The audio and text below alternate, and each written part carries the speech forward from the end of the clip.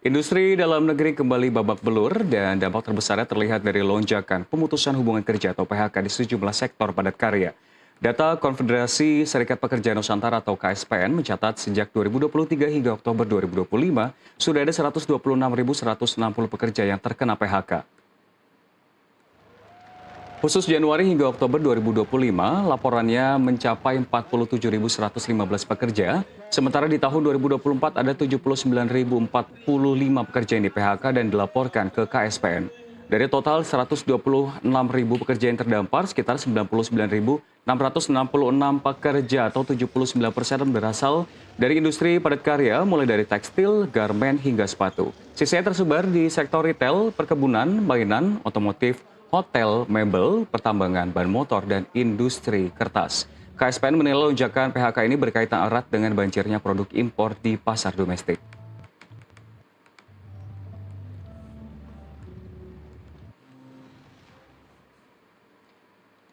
Lantas apakah stimulus yang diberikan Menteri Keuangan baru ini hanya omong-omong saja untuk menyerap tenaga kerja dan meningkatkan PDB di kisaran 5,2% seperti janjinya? Kita akan membahasnya bersama dengan Sarman Simanjorang selaku Wakil Ketua Umum Kadin Indonesia, sekaligus Komisaris Utama PT Batu Licin Nusantara Maritim Tbk atau BES. Selamat pagi, Pak Sarman. Pagi Mas Rian, Apa kabar, Pak? Semangat selalu. Terima kasih sudah bergabung bersama kami di sini. Selalu semangat dan optimis. Iya. Tadi seperti yang kita bahas di informasi pertama ini kan, sebetulnya PDB terakhir yang dijabarkan ini mencapai di angka 5%. Terbilang masih aman katanya, walaupun melambat dibandingkan dengan bulan-bulan sebelumnya. Tapi faktanya di lapangan ini kan banyak PHK. Salah satunya tadi ada beberapa sektor, Michelin pernah disebutkan, Indofarma juga ada PHK. Jadi sebetulnya ekonomi ini seperti apa kalau menurut pandangan Anda? Iya, jadi gini, kalau kita lihat ya bahwa ekonomi kita saat ini kan juga bisa dipengaruhi oleh bukan hanya faktor internal, tapi baik eksternal ya. Pertama misalnya kita lihat geopolitik. Geopolitik saat ini juga kan belum selesai juga. Ya, perang Rusia-Ukraina belum selesai. Kemudian juga terjadi perang di Israel, Palestina. Walaupun kemarin ya kita bersyukur sudah ada titik terang perdamaian, tapi sampai saat ini juga masih belum kondusif kan. Masih terjadi penyerangan-penyerangan. Artinya masih belum geopolitik ini juga masih belum selesai, dan itu berdampak kepada pertumbuhan ekonomi global. Pertumbuhan global ini akan mempengaruhi seluruh pertumbuhan ekonomi setiap negara, termasuk kita dalam hal ini. Contoh misalnya terjadi PHK di sektor padat karya tadi. Ya, kita tahu bahwa industri padat karya kita ini masih sangat tergantung permintaan buyer dari luar negeri.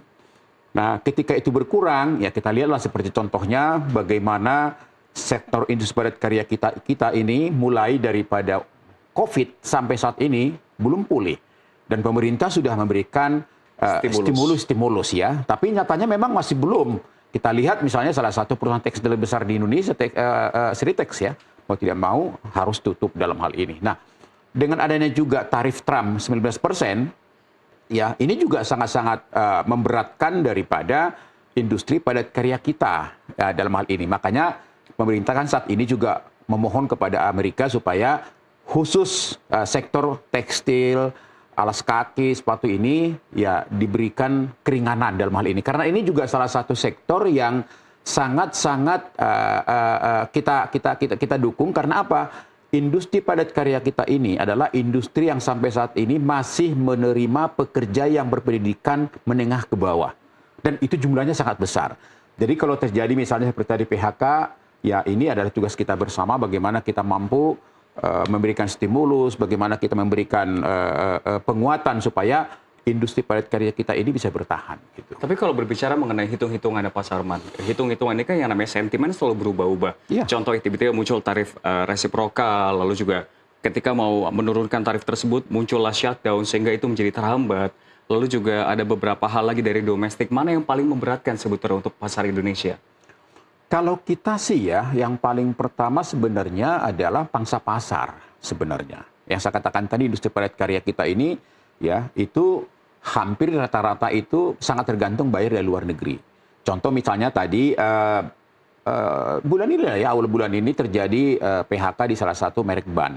Nah setelah kita cek memang itu juga salah satu tarif yang terkena. Iya. Terkena 19% itu. Dan permintaan dari Amerika dari buyer itu semakin berkurang.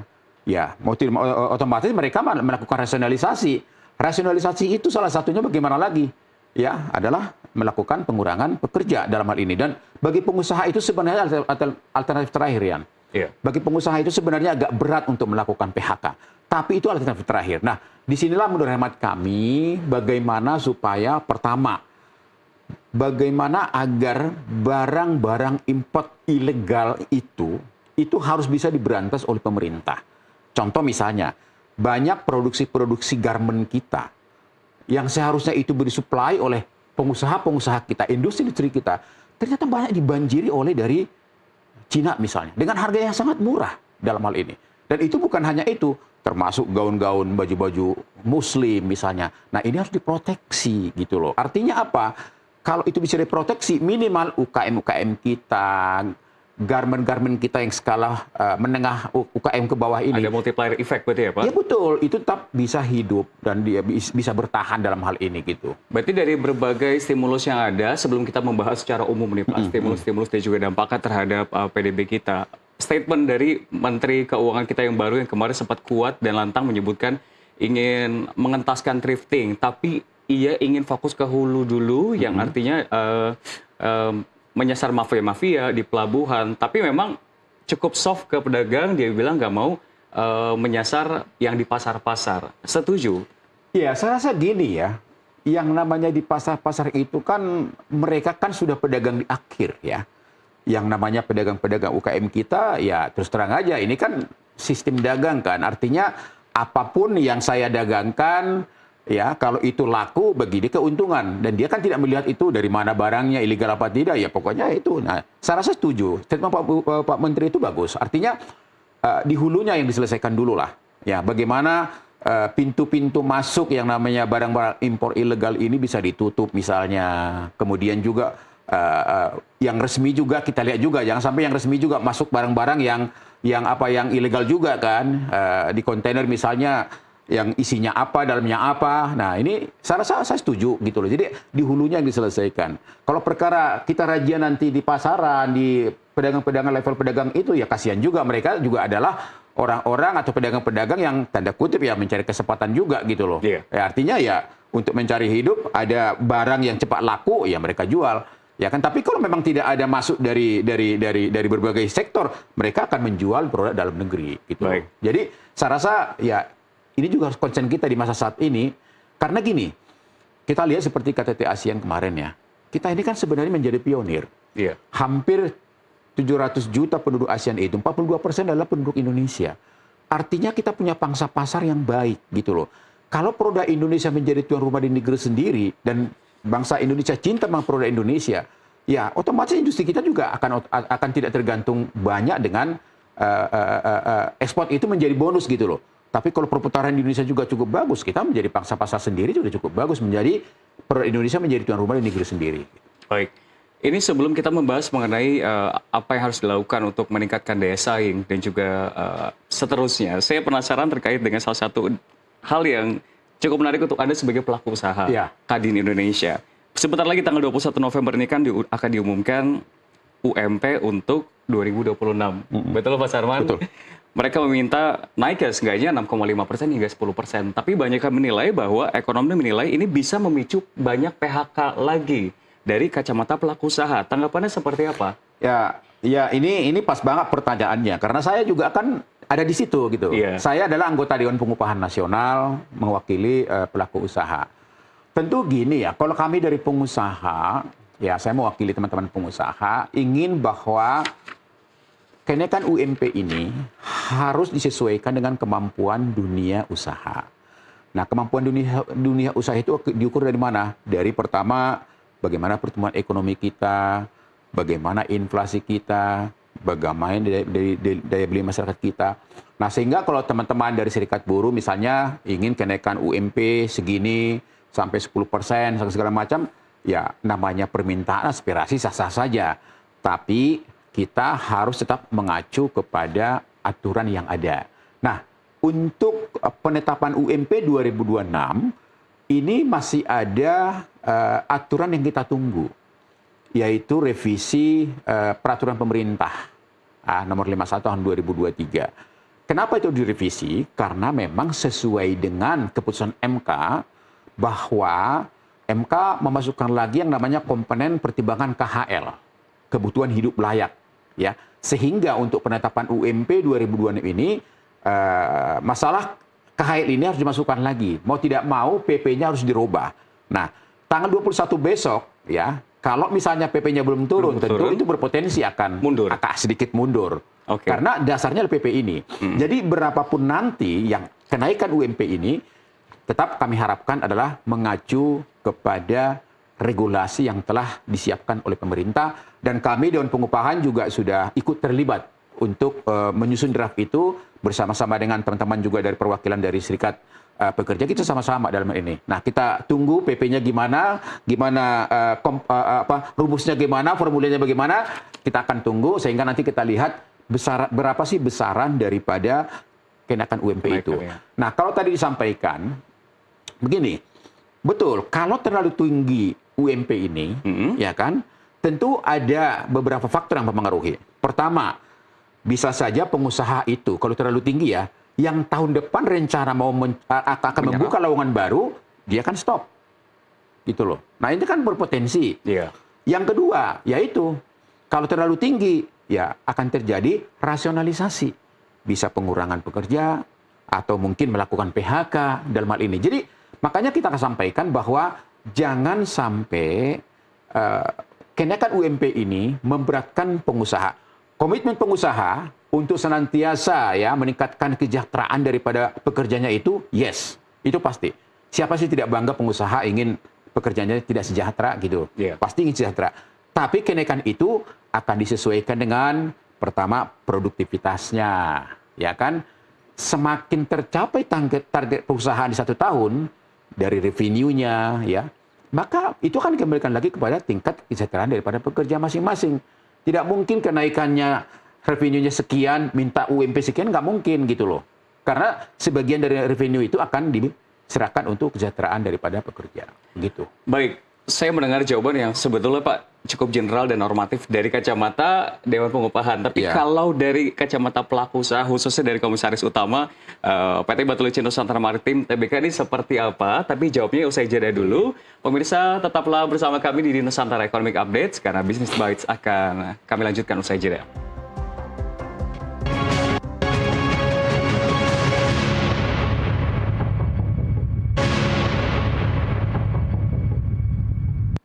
Ya, Anda kembali menyaksikan segmen Business Bites di Nusantara Economic Updates. Dan masih bersama kami, Sarman Simanjorang selaku Wakil Ketua Umum Kadin Indonesia, sekaligus Komisaris Utama PT Batu Licin Nusantara Maritim Tbk atau BES. Ya, Pak Sarman, melanjutkan dialog tadi sebelumnya, sebetulnya melihat kondisi saat ini ideal atau tidak dari pelaku usaha untuk meningkatkan UMP? Apakah memang sebetulnya pasti naik?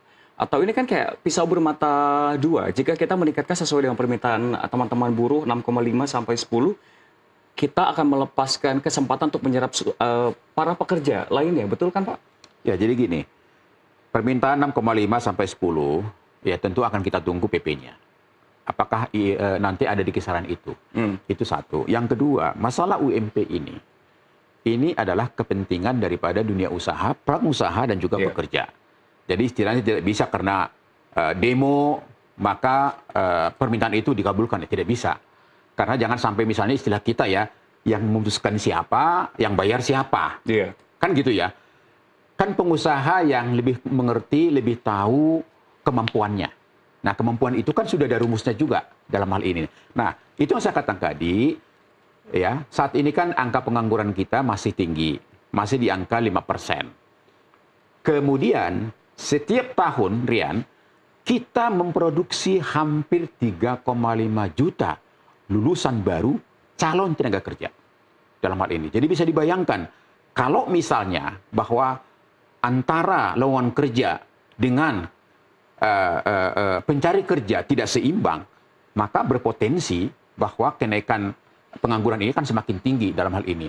Nah, indikatornya adalah bahwa jangan sampai kenaikan UMP ini akan mempengaruhi daripada pengusaha untuk tidak menerima pekerja-pekerja baru.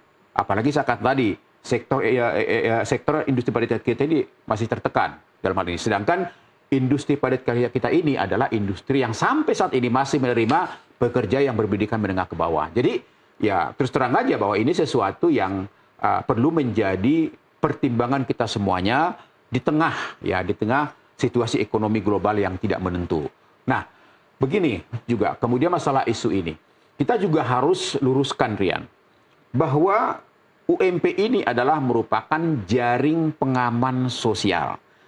UMP ini dikhususkan kepada pertama, pekerja yang masih bujangan, nol pengalaman, dan baru pertama kali kerja.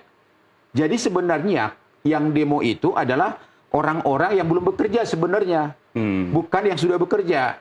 Hanya memang, ya saya katakan tadi, yang sudah bekerja ini dia menunggu upah sundulan. Iya. Ya kan? Karena apa? Karena kalau yang udah baru kerja gajinya segitu, nggak mungkin sama dengan kita yang sudah lama, otomatis menyundul gitu loh. Iya. Tapi ya kondisi ekonomi saat ini saya rasa memang kita harus berpikir bersama-sama lah ya, karena bagaimanapun ya daya beli masyarakat kita juga masih belum pulih ya kan. Nah, sehingga ini akan menjadi pertimbangan semuanya pihak. Mari kita membangun ekonomi kita, apalagi target pemerintah ya ingin mencapai pertumbuhan ekonomi kita di tahun 2025 bahkan tahun 2009 mencapai 8%. Ya, ini harus berperan berkolaborasi semua pihak bagaimana agar ekonomi kita tumbuh, penyerapan tenaga juga semakin maksimal, dan pertumbuhan ekonomi kita juga akan bagus. Gitu. Baik, karena Pak Saman tadi sudah mencolek juga soal target PDB 8%, itu juga di akhir Desember 2025 ini menjadi 5,2% dengan ada sejumlah stimulus 17 program paket stimulus. Ya. Kan sebetulnya sudah di-drop dari bulan lalu. Tapi pada akhirnya pada saat kemarin informasi soal PDB terbilang malah lebih lambat dibandingkan sebelumnya. Secara menyeluruh, apakah ini memang optimistis bisa membuat PDB ini sesuai target, penyerapan juga targetnya ini dari salah satunya program Koperasi Desa ini 1 juta orang bisa terserap di 2025. Seperti apa Pak tanggapannya? Ya, jadi kalau kita lihat gini ya, stimulus yang dikeluarkan oleh pemerintah ini, kami melihat dorongannya adalah bagaimana kita meningkatkan daya beli, konsumsi rumah tangga. Karena sampai saat ini pertumbuhan ekonomi kita, PDB kita ini, ya kan, hampir 57% itu masih ditopang oleh konsumsi rumah tangga dalam hal ini. Nah, sehingga kalau kita lihat misalnya ada yang namanya Koperasi Merah Putih. Koperasi Merah Putih ini akan ada nanti di hampir 80.000 desa dalam hal ini. Dan 7 sektor usahanya. Nah, kalau ini berjalan, tentu tadi targetnya 1 juta tenaga kerja akan tersedia di daerah. Satu. Yang kedua, program makan bergizi gratis. Ini nanti akan ada, targetnya kan SPPG sekitar 30.000. Setiap SPPG itu ada 50 orang. Nah, berarti kan hampir 1,5 juta dalam hal ini. Kemudian kita lihat juga program magang. Magang awalnya 20.000. Ya kan, kami dari Kadin juga kayak kami teriakin juga kalau bisa ini diperluas dengan melihat angka pengangguran saat ini. Ya kan, kita lihat setiap ada lowongan pekerjaan yang dibutuhkan hanya 10, yang datang itu ribuan gitu kan. Artinya memang itu fakta di lapangan bahwa angka pengangguran kita semakin meninggi. Nah, untuk itu ya pemerintah merespon dengan baik, bahkan sampai di akhir tahun ini itu targetnya hampir 100.000 magang nasional, dan itu akan diberikan uang saku mereka setara dengan UMP.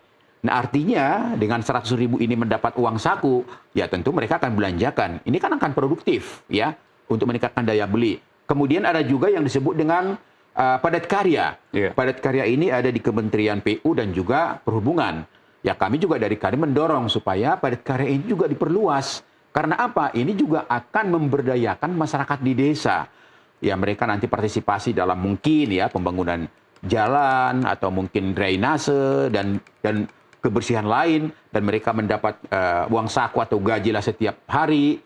Artinya mereka akan produktif dan itu akan dibelanjakan. Jadi kalau kami lihat bahwa pemerintah memang sudah melihat bahwa daya beli masyarakat ini harus semakin didorong, harus semakin diproduktifkan, sehingga nanti akan bisa mencapai target pertumbuhan ekonomi kita di 5% di tahun 2025. Nah, saat ini kan kita lihat bahwa pertumbuhan ekonomi kita kuartal pertama kan di 4,97%, kemudian juga di kedua 5,12%, kemudian ketiga 5,04%. Artinya pertumbuhan ekonomi kita di kuartal 4 ini sangat strategis nih. Kalau misalnya di bawah 5%, berarti kan nggak bisa mencapai 5% nantinya. Tapi kalau bisa di atas sedikit 5%, maka rata-rata 5% artinya ya target pemerintah di 5,2 mungkin tidak tercapai, tapi masih bisa bertahan 5%. Nah, mudah-mudahan dengan stimulus yang ada ini akan bisa tercapai gitu. Tidak hanya stimulus, tapi saya ingin bertanya satu hal Pak sebenarnya dari awal sebelum Pak Sarwan datang. Ini ngomongin soal Peraturan Menteri Perindustrian Nomor 35, TKDN. Berbagai regulasi. Apakah regulasi ini dinilai bisa semakin mendorong dan meningkatkan daya saing industri dalam negeri atau justru malah semakin memperberat, Pak? Saya lihat gini, justru sebenarnya kami dari dunia usaha sangat memberikan apresiasi dengan adanya perubahan Menteri Perindustrian mengenai TKDN ini. Karena ini cukup banyak yang menghambat industri-industri kita, ya kan? Contoh misalnya, Mas Rian, saya hampir lebih kurang 5 tahun ya menjadi komisaris utama di Pertamina Geothermal Energy Tbk. Ya, ada waktu itu proyek kami agak sedikit lama karena masalah isu TKDN. Baik. Dalam hal ini. Jadi dengan adanya revisi ini, saya rasa ini akan mempermudah industri kita, mempermudah pengusaha-pengusaha kita untuk berperan serta dalam berbagai peluang-peluang bisnis, apalagi industri, ya tidak lagi misalnya sangat-sangat mengganggu dengan tingkat komponen TKDN yang dulu itu sangat-sangat betul-betul ya tidak membuat daya saing kita semakin menurun gitu loh. Artinya proyek yang seharusnya sudah bisa berjalan itu bisa tertunda 1, 2, 3 tahun gara-gara isu TKDN. Sedangkan kita sendiri harus menyadari kalau memang barang itu tidak bisa diproduksi di kita, ya kita harus menyadari gitu loh. Jangan sampai dipaksakan bahwa barang ini harus ada komponen dalam negeri. Boleh saja, tapi nanti selama 2 tahun, 3 tahun juga rusak bagaimana? Nah, ini kan juga harus kita sadari hal itu. Tapi sejauh itu bisa, ya kita harus dukung gitu loh. Jadi perubahan revisi ITKD ini sangat-sangat mendukung daya saing kita. Contoh misalnya Rian, di sektor alat kesehatan kita, misalnya. Ya, ini juga harus tegas. Kalau memang bisa dalam negeri, ya diperbanyak. Tapi kalau tidak bisa, ya jangan dipaksakan. Ini menyangkut nyawa orang gitu loh. Iya, peralatan rumah sakit medis misalnya. Kan sesuatu yang wajar kan gitu loh. Pak Sarwan, ini sangat menarik sekali. Berarti sebetulnya tanggapan dari Pak Sarwan sendiri mendukung dan juga setuju kan ini semakin bisa meningkatkan ya terkait dengan TKDN. Sayang sekali waktu kita terbatas, Pak. Dialognya sangat menarik sekali. Sudah lumayan 30 menit kita berdiskusi. Ya? Dan terima kasih sekali lagi Sarman Simanjorang selaku Wakil Ketua Umum Kadin Indonesia sekaligus Komisaris Utama PT Batu Licin Nusantara Maritim Tbk telah berdiskusi bersama kami. Terima kasih, Pak Sarman. Sukses selalu. Sukses selalu juga, Pak. Dan pemirsa, informasi dan dialog tadi juga sekaligus menjadi penutup perjumpaan kita hari ini. Ekonomi bukan sekedar angka, tapi nafas kehidupan kita semua, dari pasar tradisional hingga industri digital. Dari rakyat kecil hingga kebijakan besar, semua saling terhubung. Saya Rian Antono pamit undur diri. Sampai jumpa.